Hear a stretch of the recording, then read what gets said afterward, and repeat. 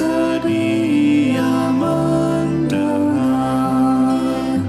Sejak kulihat wajahnya, ku yakin pada firman-Nya dan menyerahkan bimbangku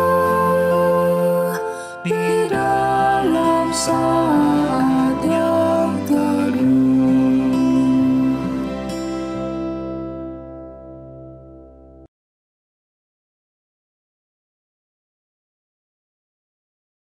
Mari kita bersatu di dalam doa. Tuhan Allah kami, berfirmanlah pada kami, karena kami anak-anak-Mu siap mendengar firman-Mu. Dalam nama Tuhan kami Yesus Kristus kami berdoa. Amin. Pembacaan Alkitab diambil dari Matius pasal 9 ayat 27 sampai dengan 34.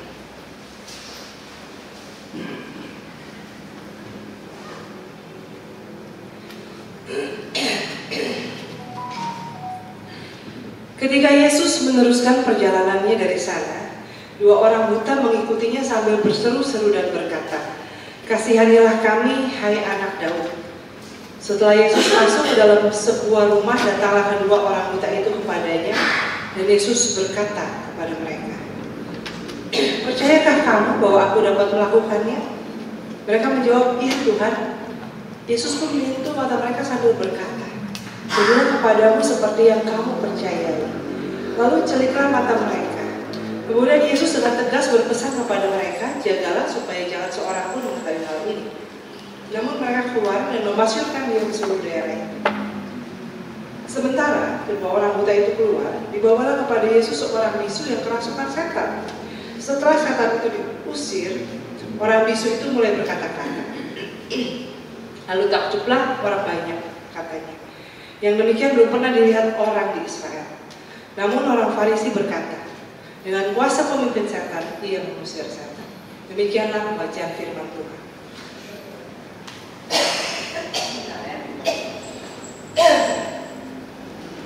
Ya, saudara-saudara, mohon maaf, saya lagi agak batuk, ini sudah seminggu.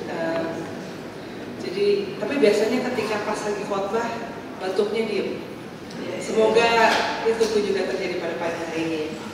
Nah, Bapak Ibu saudara-saudara, tema kita hari ini adalah melihat karena percaya. Kita sudah sering dengar berbahagialah orang yang percaya sekalipun tidak melihat. Tapi kali ini temanya melihat karena percaya, karena memang ceritanya tentang orang buta yang matanya dicelikan. Nah, kalau kita membaca teks ini secara harafiah dan kalimat per kalimat, ada beberapa hal yang menarik. Pertama, dikatakan ada dua orang buta yang mengikutinya, mengikuti Yesus. Gimana ada orang buta bisa mengikuti orang yang melihat? Kalau kita mengikuti orang buta, bisa. Tapi ada orang buta mengikuti Yesus itu gimana? Ya mungkin ada yang menuntun begitu ya, mungkin ada orang yang menunjukkan dan sebagainya. Tapi tentu bukan hal yang mudah untuk orang buta mengikuti Yesus. Lebih mudah Sakeus mengejar Yesus dan naik atas pohon daripada orang buta untuk bisa mengikuti Yesus ada di mana sampai di mana. Dan mereka sampai berseru-seru, "Kasihanilah kami, hai anak Daud." Kita ingat beberapa kisah ketika ada orang yang minta ditolong dan mereka berseru-seru, Yesus kemudian biasanya langsung berhenti, berbalik menolong mereka. Tapi Yesus tidak melakukan ini dengan kedua orang ini. Bahkan dikatakan Yesus baru berhasil ditemui sesudah Yesus ada di rumah dan orang buta itu masuk ke rumah itu. Jadi bahkan kalau kita mau berimajinasi agak nakal sedikit ya, agak iseng sedikit, jangan-jangan sebenarnya Tuhan Yesus tidak mau berurusan dengan mereka. Sudah diikuti sambil diteriaki, "Kasihanilah kami, hai anak Daud." Kemudian Yesus malah masuk ke rumah. Jadi kan kita kayak kalau dikejar-kejar orang kita malah ngumpet gitu ya. Dan tapi di rumah itu mereka pun menemukan Yesus. Nah, Bapak Ibu saudara-saudara, tentu kita memahami Tuhan tidak sedang menghindari atau ngumpet. Tapi memang cara bekerja Tuhan dalam setiap peristiwa itu beda-beda, nggak bisa dipukul rata. Ya. Ada orang yang minta tolong, Tuhan nggak perlu datang, yang sakit sembuh. ketika Lazarus sakit, Tuhan dapat kabar dari Marta dan Maria, Tuhan Yesus juga nggak segera pergi ke Betania. Makanya ketika dia datang, Lazarus sudah mati beberapa hari. Padahal jarak dari tempat Yesus berada ke tempat Lazarus dan Marta Maria tidak terlalu jauh. Tapi ada juga orang yang memegang jubahnya saja sembuh. Ya. Ada orang yang meminta anaknya yang mati bisa sembuh, bisa hidup lagi. Jadi cara Tuhan menolong itu beda-beda. Maka kita juga tidak perlu membandingkan perjalanan hidup kita dengan orang lain. Kalau kita ngeliat orang, kok dia hidupnya gampang ya, mudah ya, begitu sakit berdoa langsung sembuh, nggak ada duit berdoa, anaknya dapat beasiswa, saya kok harus berjuang keras dan sebagainya. Karena tiap orang memang caranya berbeda-beda. Tuhan menjumpai kita, yang penting kan pertolongannya tidak pernah terlambat. Nah, lalu ketika mereka sampai di rumah itu, Yesus bertanya begini, percayakah kamu bahwa aku dapat melakukannya? Kenapa Yesus menanyakan keyakinan mereka? Kepada orang lain Yesus tidak menanyakan, kamu percaya aku bisa? Nah, saya nggak tahu apakah sebetulnya saat itu mungkin Yesus melihat bahwa orang ini tidak, kedua orang ini tidak sungguh-sungguh motivasinya gitu.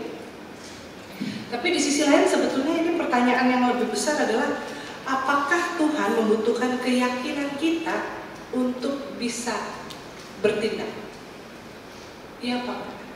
Apakah Tuhan membutuhkan kita yang sungguh yakin dengan kebenaran iman, baru Tuhan bisa memberkati kita, baru Tuhan bisa menolong kita? Jawabannya ya dan tidak. Tidak dalam hal yang sifatnya komunal. Banyak orang di dunia ini yang tidak percaya Tuhan, tapi Tuhan tetap bertindak, Tuhan tetap bekerja. Keadilan Tuhan tetap ditegakkan pada waktunya, bahkan di antara orang-orang yang tidak mengenal Tuhan atau orang-orang yang menghujat Tuhan.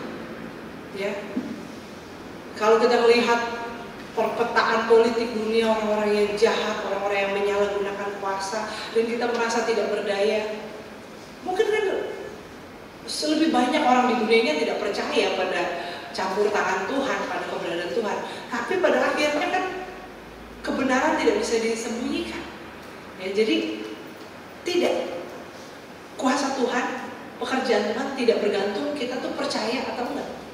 Itu yang pertama. Tetapi ketika itu terkait dengan hidup kita pribadi, iya. Bagaimana Tuhan bekerja mengubahkan hidup kita itu resiprokal, bersaut balas dengan apa yang menjadi kekuatan iman kita. Nah, artinya juga begini Bapak Ibu, artinya bagaimana kita meyakini Tuhan, itulah bagaimana hidup kita akan turn out, ya, akan terwujud. Kalau kita meyakini Tuhan hanya ada di gereja, tapi kalau di kantor, di pasar, di toko kita berbuat curang dan semaunya, maka ya bagaimana kita bisa mengalami berkat Tuhan yang utuh dan menyeluruh dalam seluruh hidup kita? Ya mungkin Tuhan hidup kita hanya baik kalau di gereja, tapi di tengah pekerjaan, di rumah tangga isinya berantem, isinya salah paham dan sebagainya. Ya, jadi bagaimana kita meyakini Tuhan itu akan terwujud dalam bagaimana kita hidup, melihat karena percaya. Hidup kita baik karena bagaimana kita percaya, seperti apa kualitas iman kita. Tentu saya tidak juga mau mengatakan kita kemudian menghakimi orang yang hidupnya susah itu karena kurang iman. Enggak, bukan itu. Kita nggak usah sibuk menghakimi orang. Ini ajakan untuk berefleksi pada diri kita masing-masing. Nah, lalu ketika kemudian mereka menjawab, ya Tuhan kami percaya. Lalu Yesus katakan, jadilah kepadamu seperti yang kamu percayai. Jadilah kepadamu seperti yang kamu percayai. Ini menarik. Mereka tidak berkata, Tuhan celikan mata kami. Mereka hanya berseru, Tuhan kasihanilah kami. Yesus tidak bertanya, kamu mau apa? Kamu mau bisa melihat? Kamu mau punya pekerjaan? Kamu mau kaya raya? Tapi Tuhan juga bilang, kamu percaya atau enggak? Percaya kamu aku bisa melakukannya. Ya, lalu mereka katakan, iya. Jadilah sesuai yang kamu percaya. Lalu mata mereka celik. Tuhan juga nggak berkata, oke, celiklah matamu. Jadilah padamu seperti yang kamu percaya. Jadi mereka tidak menyebutkan apa yang mereka minta, Tuhan tidak menyebutkan apa yang akan terjadi, hanya apa yang kamu percayai yang tidak pernah dibahas, apa yang dipercayai ini, tapi itu yang terjadi, celiklah mata mereka. Jadi kita lihat bagaimana iman dan juga true desire, hasrat hati kita yang terdalam, yang terjujur itu bersangkut paut, berkelindan. Ya kalau misalnya kita percaya, kita beriman, Tuhan mendengar doa kita, Tuhan berkuasa, Tuhan mengasihi kita. Lalu kita berdoanya, Tuhan saya mau kaya gitu ya, boleh dong berdoa gitu ya, boleh aja sih gitu ya. Tapi kita kok nggak pernah kaya misalnya gitu. Karena sebetulnya mungkin true desire kita, hasrat hati yang terdalam itu adalah apa? Mau balas dendam. Kita mau nunjukin sama orang-orang yang merendahkan kita ketika kita miskin bahwa kita juga bisa kaya. Kita mau membuktikan diri kepada orang-orang yang mungkin mentertawakan kita. Kita mau menyombongkan diri. Itu mungkin true desire kita. Ya soal kaya atau miskin itu kan cuma masalah jumlah angka ya. Tapi kalau misalnya kita berdoa, Tuhan berkati saya, sekarang saya menjadi berkat. Saya mau nolong orang, saya tuh tergerak. Aduh kalau saya punya uang tuh saya mau bangun sekolah. Kalau saya punya uang tuh saya mau bisa bikin panti jompo dan sebagainya. Kalau benar itu hasrat hati kita, mungkin kita nggak akan kaya dalam arti duit kita bertambah. Tapi Tuhan mempertemukan kita dengan orang-orang yang punya mimpi yang sama, punya visi yang sama, atau bahkan mungkin mau membiayai program-program tersebut. Sebaliknya kalau orang yang berdoa minta berkat materi karena dia mau membalaskan dendam, mau menunjukkan dirinya, yang terjadi apa? Hidupnya jadi penuh dengan orang-orang yang terus melecehkan dia. Hidupnya jadi cuma antara dendam yang satu dengan dendam yang lain, kayak kalau kungfu gitu ya. Jadi yang menarik dalam percakapan antara kedua orang Buddha dengan Yesus tidak pernah ditanya apa yang mereka mau, tapi terjadilah apa yang kamu percaya. Maka Bapak Ibu Saudara-saudara, kita perlu memeriksa hati kita. Apa yang menjadi prioritas, apa yang menjadi nilai-nilai dalam hidup kita, apa yang menjadi hasrat yang jujur dalam hidup kita. Ya, mimpi-mimpi kita yang sesungguhnya, dan kita periksa kenapa saya menginginkan itu. Apakah karena saya tadi ya mau menunjukkan diri, mau membuktikan diri, atau karena saya mau menjadi berkat. Dan tentunya kita tahu mana yang baik ya. Apapun yang kita ingini tentunya bukan untuk kemuliaan kita, bukan untuk apalagi untuk membalas menyakiti orang, tapi supaya kita bisa dipakai Tuhan untuk kemuliaan. Dan bahkan yang menarik sebetulnya ya, orang lain tuh bisa lihat loh. Ya, orang lain kita kan pernah ya kalau ketemu orang itu misalnya dua orang yang sama-sama katakanlah sama-sama dalam posisi kekayaan yang sama gitu.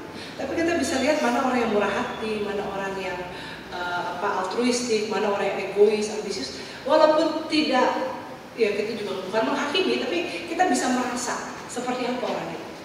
Maka sebetulnya juga bagaimana apa yang kita yakini, apa yang kita doakan, apa yang kita inginkan, itu tuh terpancar juga dalam karakter dan perilaku kita. Nah dalam bacaan yang berikutnya, ada orang bisu yang juga bisa menjadi bicara. Dan ini juga menarik ya, karena orang yang bisu ini tidak perlu mengejar-ngejar Tuhan, ya, dan juga dibawa orang kepada Yesus. Tapi dia bisu bukan karena masalah jasmani, melainkan karena dikatakan dia kerasukan setan. Dan Yesus mengusir setannya sehingga dia bisa bicara. Bapak Ibu Saudara-saudara, di sini kita juga lihat yang Tuhan tangani itu setannya, bukan bisunya. Ya. Seringkali kita dalam permasalahan hidup kita fokus pada apa yang jadi problem. Ya kan, kalau orang tadinya bisa ngomong sekarang jadi nggak bisa ngomong kan problem, itu masalah. Tapi yang Tuhan lakukan bukan supaya dia bisa bicara, tapi karena ada setan yang menguasai dia, itu yang diusir. Maka demikian juga ketika kita dalam doa kita, dalam pergumulan kita berdoa meminta pertolongan Tuhan, jangan fokus pada jawaban doa kita. Jangan fokus pada jalan keluar yang kita rancangkan, yang kita pikirkan, Tuhan mestinya begini nih baru hidup saya nyaman. Tapi kita fokus pada apa sih yang merasuki kita? Ya, apakah itu kesombongan, apakah itu kemarahan, apakah itu kepahitan, apakah itu kekhawatiran yang membuat hati kita kecil, apakah itu hal-hal yang tidak baik. Sehingga kemudian ketika itu merasuki hati kita, bukan setan yang merasuki, tapi ketika hal-hal yang tidak baik itu merasuki hati kita, maka kita pun jadi terikat. Yang seharusnya hidup kita tuh bebas, baik, penuh dengan kemurahan Tuhan, menjadi penuh dengan rasa tidak cukup, rasa kurang, rasa sakit, rasa luka. Maka Bapak Ibu Saudara-saudara, biarlah kita boleh hari ini kita diajak untuk melihat sungguhkah kita percaya kepada Tuhan. Bagaimana kita percaya? Dalam percaya itu apa yang menjadi daya dorong kita, motivasi-motivasi kita. Dan biarlah kita murnikan. Kita minta Tuhan memurnikan hati kita, menguatkan iman kita, menambahkan kasih kita kepada Dia dan juga kepada sesama, sehingga hidup kita pun baik. Kita menjadi orang-orang yang melihat karena kita percaya. Amin.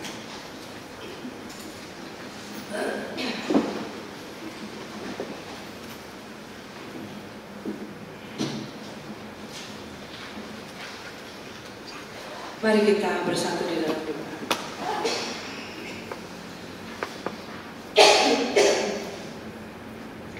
Tuhan Allah kami yang Maha Pengasih, kami datang kepadamu saat ini membawa hati kami terbuka di hadapan Tuhan. Karena di hadapan-Mu tidak ada yang bisa tersembunyi, tidak ada yang bisa kami tutupi, tidak ada juga yang bisa kami ingkari. Tuhan, nyatakanlah Tuhan hal-hal yang jahat yang merasuki hati kami. Ubahkanlah kami ya Tuhan, tambahkan iman kami, sehingga kami sungguh boleh meyakini Tuhan yang Maha Kuasa, yang Maha Pengasih dalam hidup kami. Bukan hanya dalam pertolongan-pertolongan yang kami harapkan, tetapi dalam setiap langkah kami, dalam bagaimana kami mengasihi, dalam bagaimana kami bekerja, dalam bagaimana kami melayani. Biar motivasi kami adalah untuk memuliakan nama Tuhan. Dan biar dalam kami memuliakan nama Tuhan, kami boleh mengalami damai sejahtera dan sukacita yang sesungguhnya. Kami percaya Tuhan, hidup kami sepenuhnya milik Tuhan. Dan Engkau tidak pernah abai dalam pemeliharaan-Mu, dalam penyediaan, dalam perlindungan-Mu. Maka biarlah kami boleh menjadi orang-orang yang terus percaya dalam iman yang benar. Dalam nama Tuhan kami Yesus Kristus kami berdoa. Amin.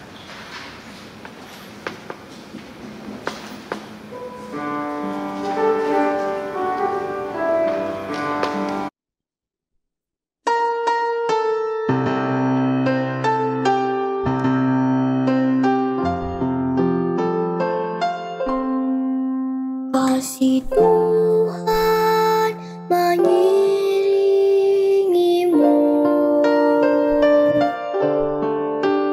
dan sayapnya melindungimu.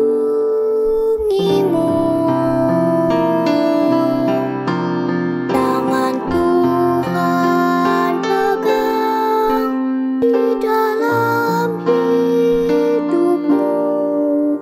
Majulah dalam terang kasih-Nya.